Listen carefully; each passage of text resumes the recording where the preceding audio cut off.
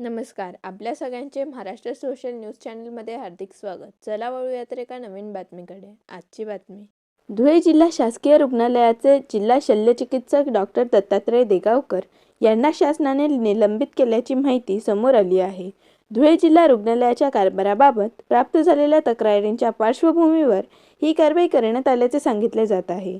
संबंधित प्रकरणाची चौकशी सुरू असून चौकशी पूर्ण होईपर्यंत डॉक्टर देगावकर यांना पदाच्या अधिकारांपासून दूर ठेवण्यात आले आहे. त्यांच्या कार्यपद्धतीबाबत काही गंभीर आक्षेप नोंदवण्यात आल्याची चर्चा आहे. दरम्यान या प्रकरणाची सखोल चौकशी केल्यानंतर पुढील निर्णय शासनाकडून घेतला जाणार असल्याची माहिती सूत्रांनी दिली आहे. जिल्हा रुग्णालयातील प्रशासन आणि आरोग्य सेवांवर या निर्णयाचा परिणाम होण्याची शक्यता व्यक्त केली जात आहे.